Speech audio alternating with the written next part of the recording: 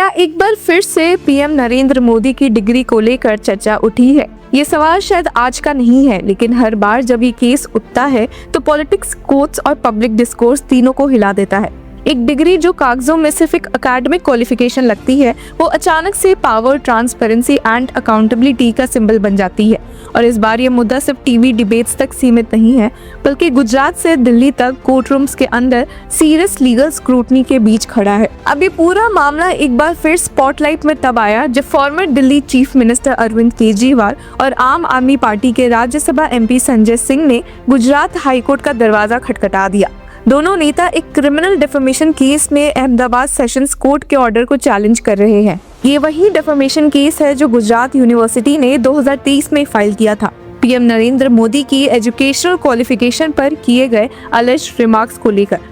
और इसी मामले में गुजरात हाईकोर्ट ने एक बड़ा कदम उठाया है। तो वो कदम क्या है और क्या पीएम नरेंद्र मोदी के लिए मुश्किलें फिर से पैदा हुई है? चलिए आज के इस वीडियो में एक्सप्लोर करते हैं। अब सेशंस कोर्ट ने पिछले हफ्ते दोनों आम आदमी पार्टी लीडर्स की सेपरेट एप्लीकेशंस रिजेक्ट कर दी थी। इन एप्लीकेशंस में सबसे इम्पोर्टेंट डिमांड ये थी कि दोनों का ट्रायल अलग अलग चलाया जाए।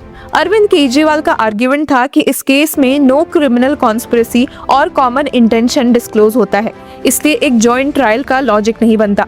संजय सिंह की तरफ से भी सिमिलर स्टैंड लिया गया, लेकिन गुजरात यूनिवर्सिटी के लॉयर्स ने कोर्ट में ये कहकर इन प्लीज का विरोध किया कि ये सिर्फ प्रोसीडिंग्स को डिले करने की कोशिश है। अब अहमदाबाद के एडिशनल सेशंस जज एमपी पुरोहित की कोर्ट ने मंडे को जब अपना ऑर्डर सुनाया तो उनका सबसे स्ट्राइकिंग हिस्सा एक ही लाइन बनकर सामने आया, animated by a common purpose. Court ने कहा कि प्राइमा फसाई दोनों आम आदमी पार्टी लीडर्स के एक्शंस और स्टेटमेंट्स एक ही ऑब्जेक्टिव से ड्रिवन लगते हैं। ये सिर्फ एक फ्रेज नहीं था, बल्कि पूरे केस के डायरेक्शन को डिफाइन करने वाली ऑब्जर्वेशन थी। कोर्ट ने ये भी नोट किया कि अप्रैल 1 और अप्रैल 2, 2023 को दिए गए स्टेटमेंट्स एक ही सीक्वेंस ऑफ इवेंट्स का हिस्सा थे। दोनों लीडर्स एक ही पॉलिटिकल पार्टी के मेंबर्स थे और एक ही पॉलिटिक नैरेटिव पुश कर रहे थे। इसी बेसिस पर कोर्ट ने कहा कि ये case engaged in one transaction जैसा है, जहां इंटेंशन और इम्पैक्ट दोनों कॉमन है। सेशंस कोर्ट के शब्दों में engaged in one transaction animated by a common purpose. अब इस ऑब्जर्वेशन के बाद कोर्ट ने ये भी क्लियर कर दिया कि क्रिमिनल डिफेमेशन के इस केस को टुकड़ों में बांट कर नहीं देखा जा सकता। ये कोई अलग अलग डिस्कनेक्टेड एक्ट्स का कलेक्शन नहीं है, बल्कि एक कंटिन्यूअस पॉलिटिकल एक्शन का हिस्सा है। इसी वजह से कोर्ट ने सेपरेट ट्रायल्स की डिमांड को रिजेक्ट कर दिया। सेशंस कोर्ट ने ये भी कहा कि प्रीलिमिनरी स्टेज पर ही आईपीसी के सेक्शन 500 के तहत केस बनता हुआ दिख रहा है।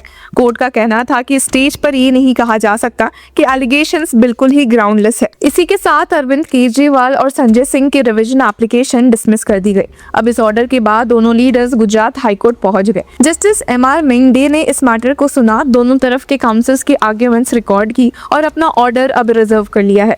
आम आदमी पार्टी लीडर्स की तरफ से ये कहा गया कि सेशंस कोर्ट ने फैक्ट्स और लॉ दोनों को गलत तरीके से अप्रिशिएट किया, जबकि गुजरात यूनिवर्सिटी ने ये स्टैंड लिया कि ये पिटिशंस सिर्फ डिले टैक्टिक्स है।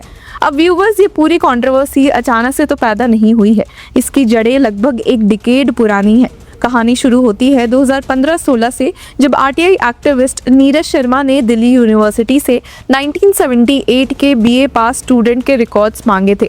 वही साल जिसमें पीएम मोदी ने अपनी इलेक्शंस एफिडेविट के मुताबिक बीए पॉलिटिकल साइंस की डिग्री हासिल की थी। 2016 में सेंट्रल इंफॉर्मेशन कमीशन ने डिस्क्लोजर का ऑर्डर दिया था। सीआईसी के उस ऑर्डर में कहा गया था कि दिल्ली यूनिवर्सिटी को 1978 के बीए स्टूडेंट्स के रिकॉर्ड्स डिस्क्लोज करने चाहिए, लेकिन दिल्ली यूनिवर्सिटी ने ऑर्डर को दिल्ली हाईकोर्ट में चैलेंज कर दिया और यहीं से ये लीगल बैटल और लंबी हो गई, जब दिल्ली हाईकोर्ट के सिंगल जज जस्टिस सचिन दत्त ने 25 अगस्त को एक डिटेल्ड 175 पेज जजमेंट पास किया।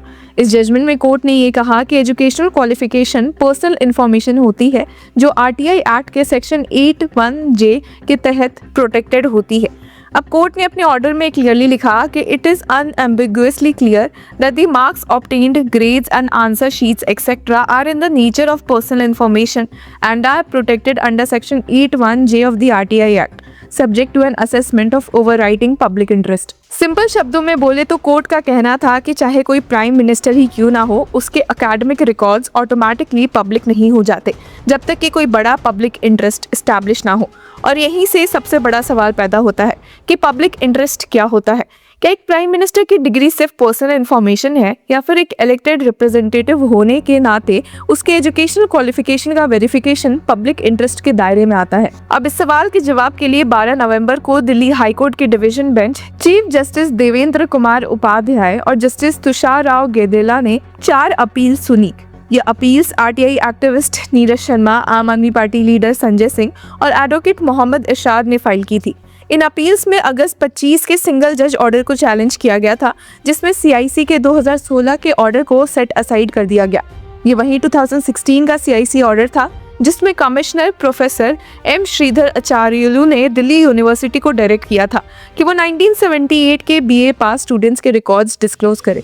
लेकिन दिल्ली हाईकोर्ट ने अगस्त 25 के ऑर्डर में कहा कि बिना ओवरराइडिंग पब्लिक इंटरेस्ट के ऐसे डिस्क्लोजर पॉसिबल नहीं है। अब एक्टिविस्ट और पिटिशनर्स के लिए ये एक सेटबैक जरूर था, लेकिन उनका कहना है कि ये फाइट यहीं खत्म नहीं होती।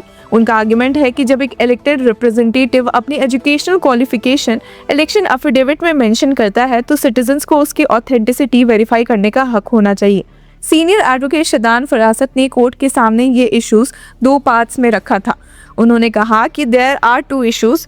First, whether exemption under section 8 of the RTI act applies, and second, even if it does, whether the disclosure is justified in larger public interest. मतलब सीधा सवाल ये था कि अगर इंफॉर्मेशन एग्जेम्प्ट है भी तो क्या पब्लिक इंटरेस्ट के नाम पर उसे डिस्क्लोज किया जा सकता है? अब कोर्ट ने हियरिंग के दौरान एक और ऑब्जर्वेशन दिया था कि there seems to be a delay in filing the appeal. इस पर सॉलिसिटर जनरल तुषार मेहता ने, जो कि यूनिवर्सिटी की तरफ से मौजूद थे, उन्होंने कहा कि instead of issuing notice I will file my reply including on the issue of deal. उनका कहना था कि वो नोटिस इशू करने के बजाय अपना डिटेल्ड रिस्पॉन्स फाइल करेंगे। अब बेंच ने पूछा भी था कि do you wish to file any objection on delay, तो इस पर एसजी मेहता ने कामली रिप्लाई किया कि I haven't gone through the reasons yet but I have no hesitation in arguing on the merits. ये स्टेटमेंट ये सिग्नल देता है कि गवर्नमेंट सिर्फ टेक्निकलिटीज़ पर नहीं बल्कि केस के सब्सटेंस पर भी आर्ग्यू करने के लिए तैयार है। तो व्यूअर्स, आज सिचुएशन ये है कि एक तरफ गुजरात हाई कोर्ट अरविंद केजरीवाल और संजय सिंह के क्रिमिनल डिफेमेशन केस पर ऑर्डर रिजर्व किए बैठी है और दूसरी तरफ Delhi high court PM Modi की डिग्री से जुड़ी आरटीआई अपील्स पर हियरिंग कर रही है। एक केस डिफेमेशन और रेपुटेशन का है, दूसरा ट्रांसपेरेंसी एंड पब्लिक इंटरेस्ट का है। पर इस पूरे मुद्दे पर व्यूअर्स आपकी क्या राय है? Do let us know in the comment section. And till then keep following law चक्र।